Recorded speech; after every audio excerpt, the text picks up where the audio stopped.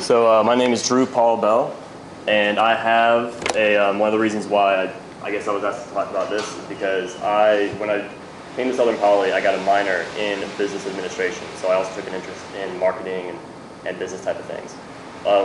In my fifth year, kind of right before my fifth year, I started a blog where I have a YouTube channel. I give advice to architecture students. They're mostly my target audience right now. I plan on that content kind of growing with me as my audience grows as well. But so I'm really kind of interested in marketing. I kind of study it on the side, and I think that there's a lot of really cool things that you can learn about it. And today we're going to talk about how you guys can use advertising and marketing to help you market your skills to potential employers and get jobs. So first I want to say, one of the first rules of marketing is that no matter how good your marketing or your advertising technique is, if you're not selling a quality product, then it's not going to get saved. Can we leave some of the lights on, please? Because I want to make sure I get the video working.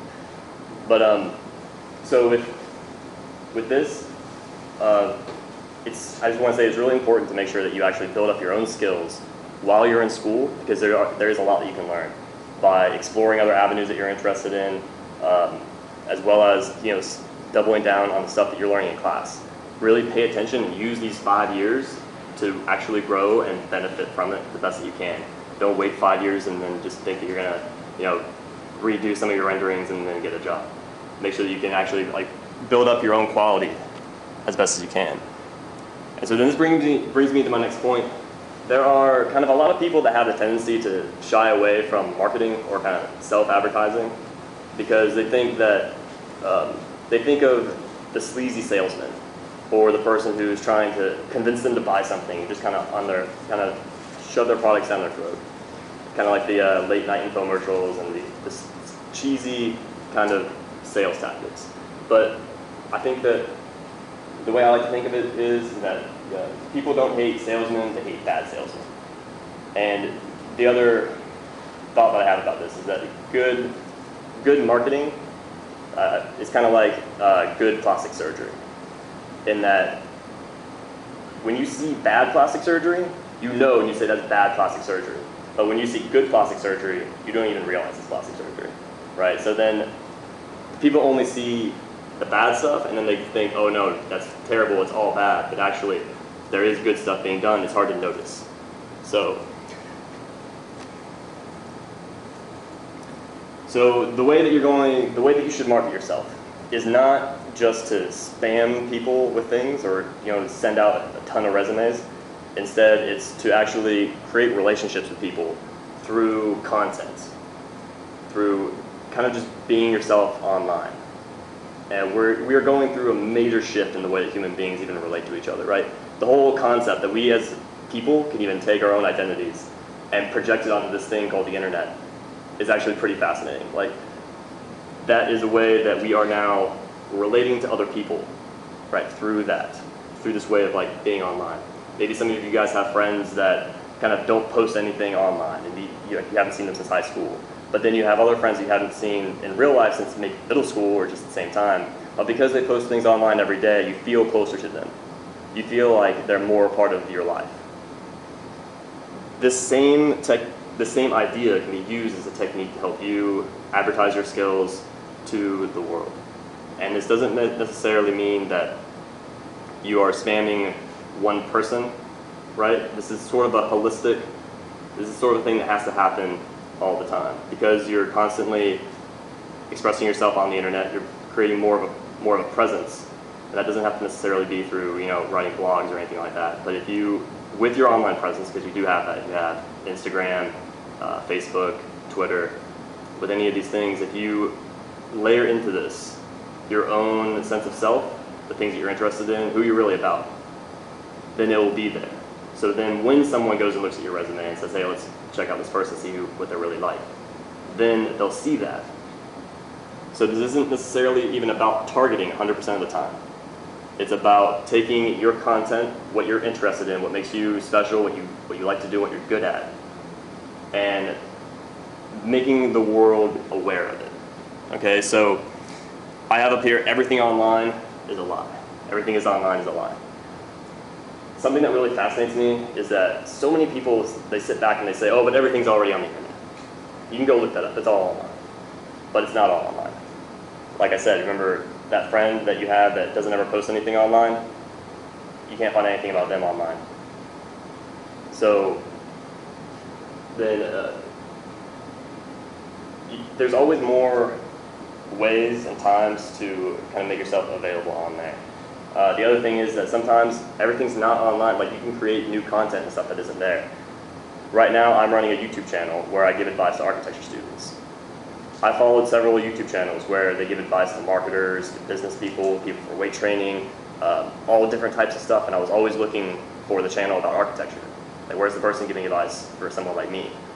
And then it wasn't until my 4th year where I finally decided, like, you know what, maybe I can make this. But it's just one more example of things not being online. Another thing is, like, I really wanted to learn how to roll my R's back when I was in my 2nd year here. I'd studied abroad in Spain. I got it in my head. I was gonna learn how to roll my R's. So I looked for YouTube videos on how to roll my R's, and I watched all 13 of them. Like, you would think that there might be just an infinite number of videos on this one thing, but it's not all there. So don't feel like everything's already put up online. Don't feel like everyone else's work is better than yours. Don't think there's got to be someone better than me because everyone else is looking around thinking the same thing.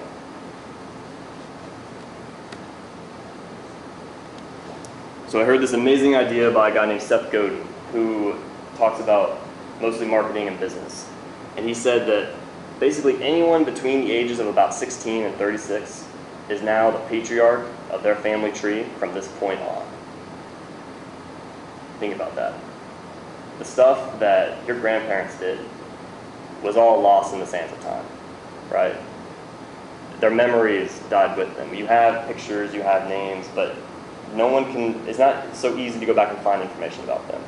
You have to, like, dig up the newspaper clippings and maybe writings that you have about it. Someone in your family maybe has a book that, like, this is what we can receive. But your kids and your kids' kids, they're going to be able to go online and see your Facebook and see what you did last weekend. They're going to easily be able to go through the internet and see your pictures from when you were in high school.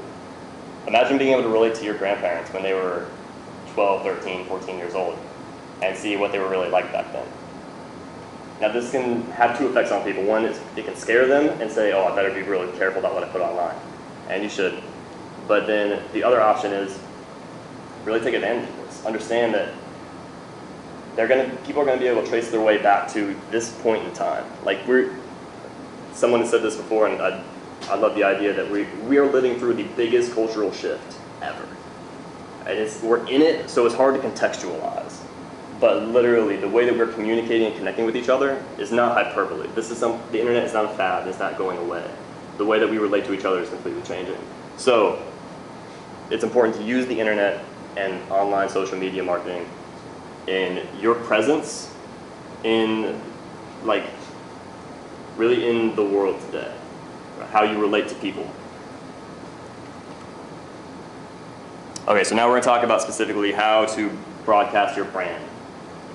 Branding is a term you use in marketing a lot. Your brand is essentially what people say about you when you're not in the room. There's a difference in branding between someone like Walmart and Target. They both sell about the same library of things. They both have food and clothes and DVDs and that kind of thing, but the branding of Target is very different than the branding of Walmart. So the way that they've achieved that is through their own imagery, the fact that Target sells silverware and stuff designed by designers like Michael Graves. There's several different ways to project that out into the world, right? Just to tell people who you are and what you stand for and what you're about. But for us today, I want to talk about these pictures, emails, articles, networking, volunteering, competitions, and websites. And I don't think I need to go into too much detail about every single one of these. I think that it's probably very inherent if you guys are alive today and plugged into the internet, that you know kind of how these things can work. So with pictures, something as simple as just throwing up a picture on Instagram or Facebook of like you working in a studio, proving that you care about school, that you care about what you're doing. And of course you can have pictures of other things too. You don't need to become so one-dimensional that you're only about architecture school and not about anything else that you like to do, you know, playing football or going out shopping or going out even having a beer. You know, like you can have these pictures online. Emails can be a great way to just kind of meet up with, stay in contact with mentors, people who are busy. If you get a mentor through NOMA or AIA, other architects, emails are a great way to talk to people and just kind of ping them to remind them that you're there, you know. And it's about the other key to all of these is that it's important to provide value. Don't, you know, email, some people, you know, everyone has had the emails where it begins to feel like spam, where you get them every couple of days and you just, oh, there it is again, you scroll past it and you don't even read it. But understand how you can provide value to people that you're talking to, which in this situation is probably going to be architects in the area where you want to work.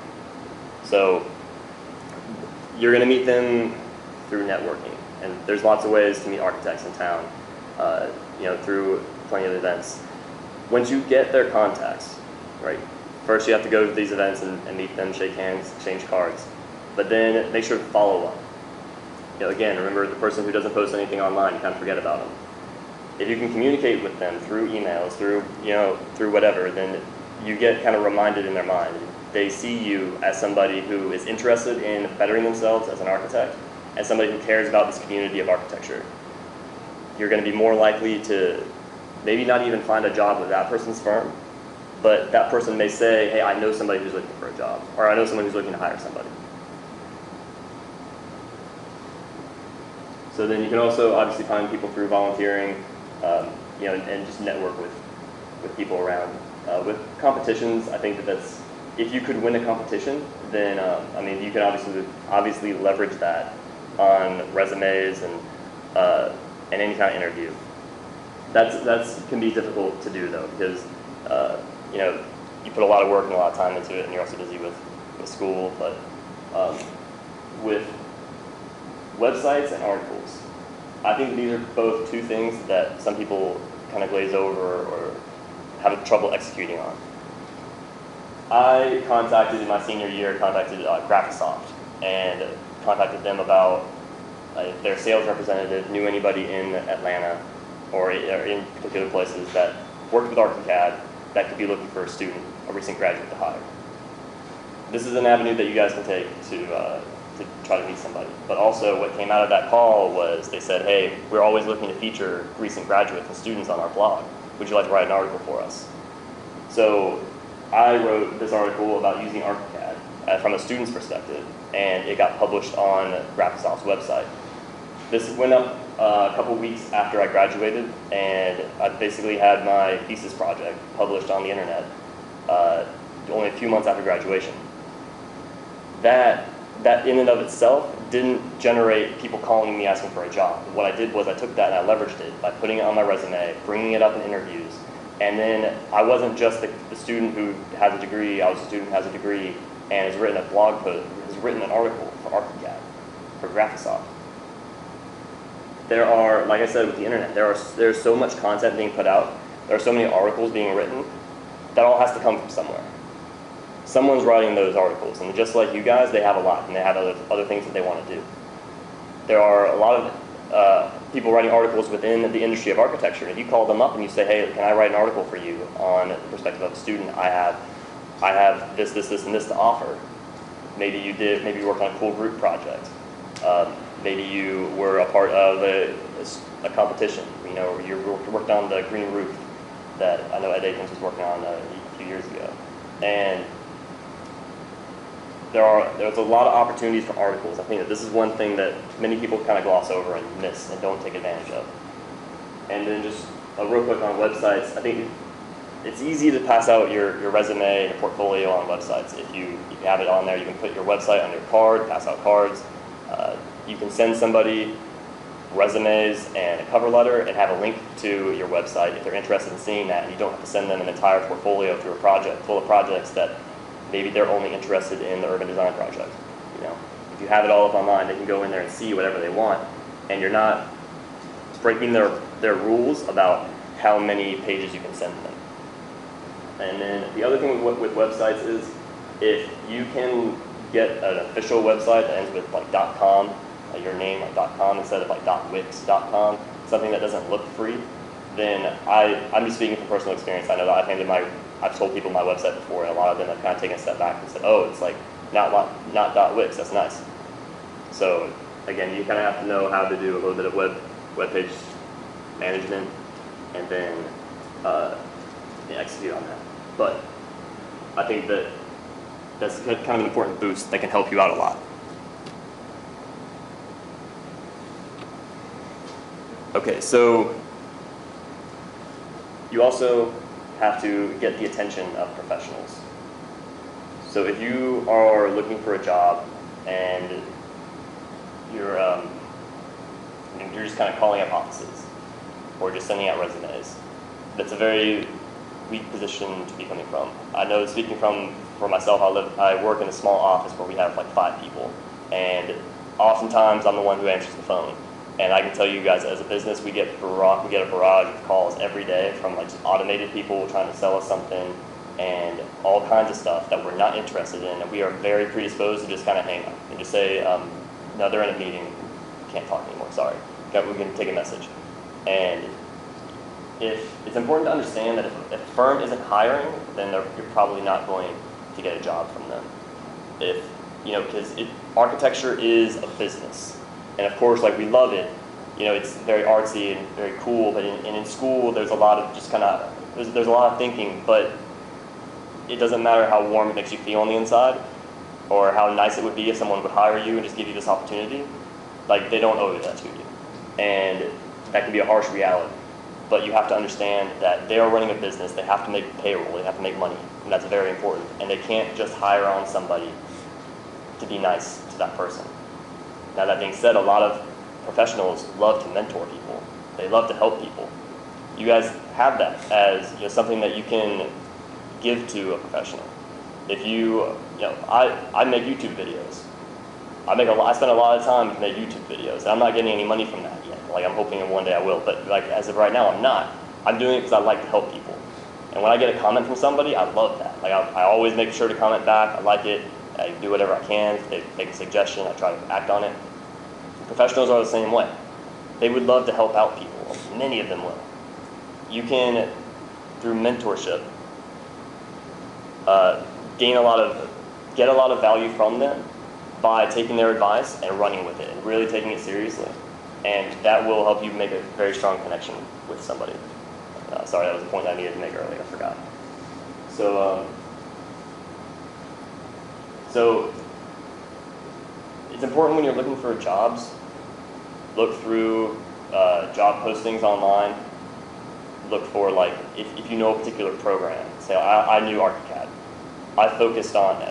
I chose to learn ArchiCAD because I knew that it was in the U.S. It's not the most common, right? Revit kind of has the market dominance, but when I learned ArchiCAD, I was like, I was one of 2 people who graduated in my class that knew ArchiCAD, and I don't think, maybe there were 2 people from Georgia Tech as well. So there might have been 4 people in Atlanta who knew ArchiCAD, and the one that was here went out of the country immediately after graduation. So I had no competition, right? So I was searching on Graphisoft's websites. Graphisoft has job postings. I'm sure Revit might have the same thing as well. Whatever you know, see how you can get specific and find job postings online. Not just on Career Builder or Monster, but something specifically tailored to what you are good at and what you already know. So then, again, just industry events, AIA conventions, or AIA meetings. I think that the AIA also has like a drafting club and a young architects forum.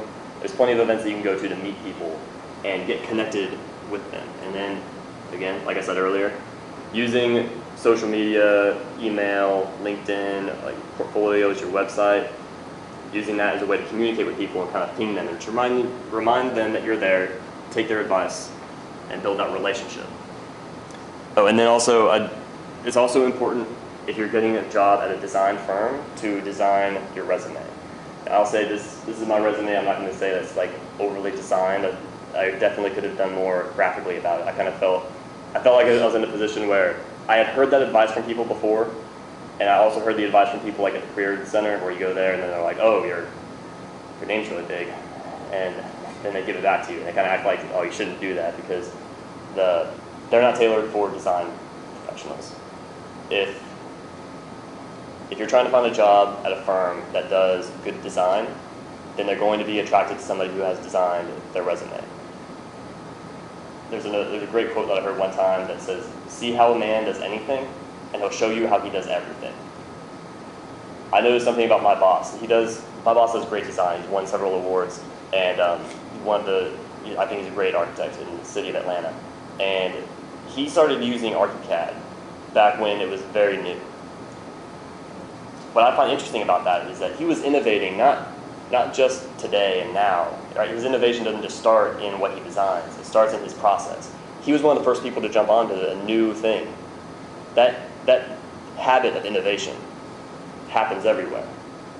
So in the same way, someone's habit of design, someone's interest in design, is not going to just be in architecture. It's not going to just be in their building. It's going to be in everything. So if they see a boring-looking resume, they're going to dismiss it in the same way that they'll dismiss a boring-looking building. So designing your resume, having some sort of design characteristic to it, I think is very important to getting noticed by these firms, because again, they can see a lot of resumes, and this is something that's fundamentally important to a design firm, one that's focused on design.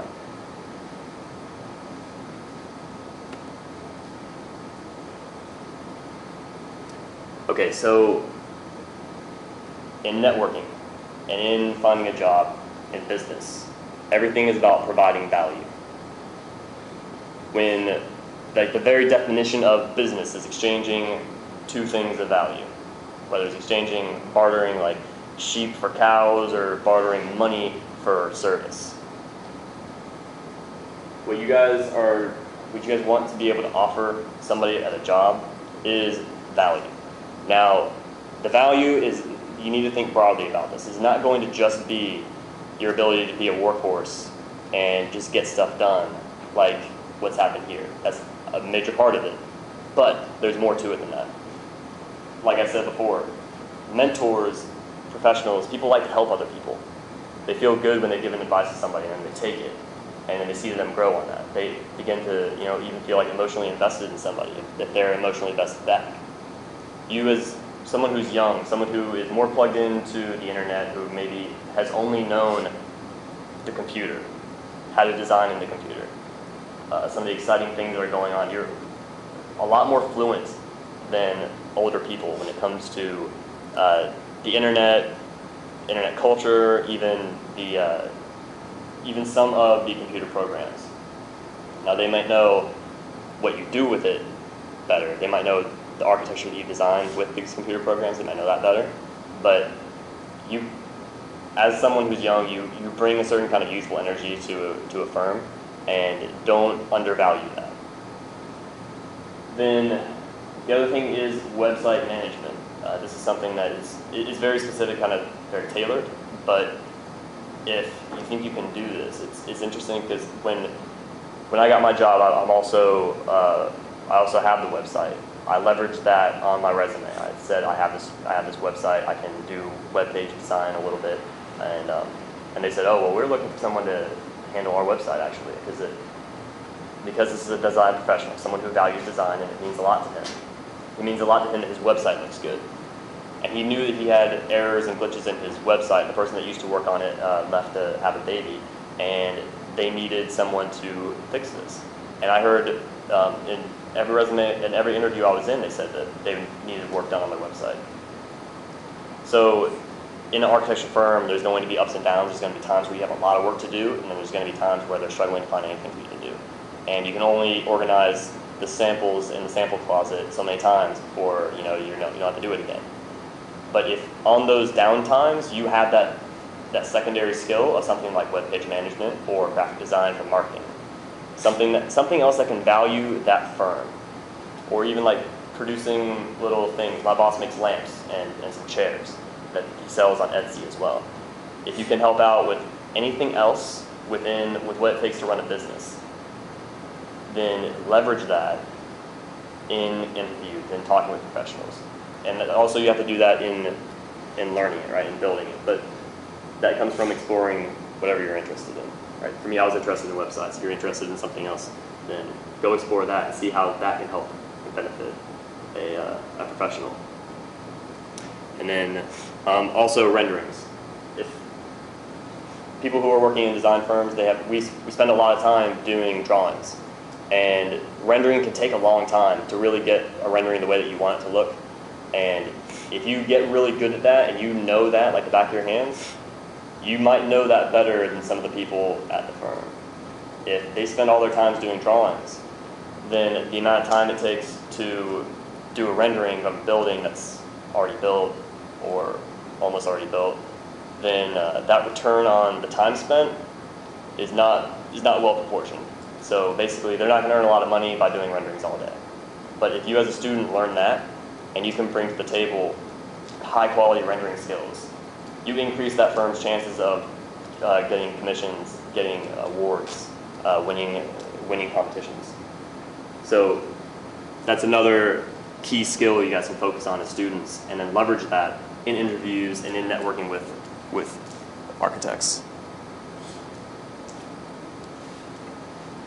All right, so this goes back to one of my earlier points. Like the way that we're relating to each other is really changing today. And it's easy to kind of hype that up as hyperbole, as, oh yeah, like whatever, things aren't really changing.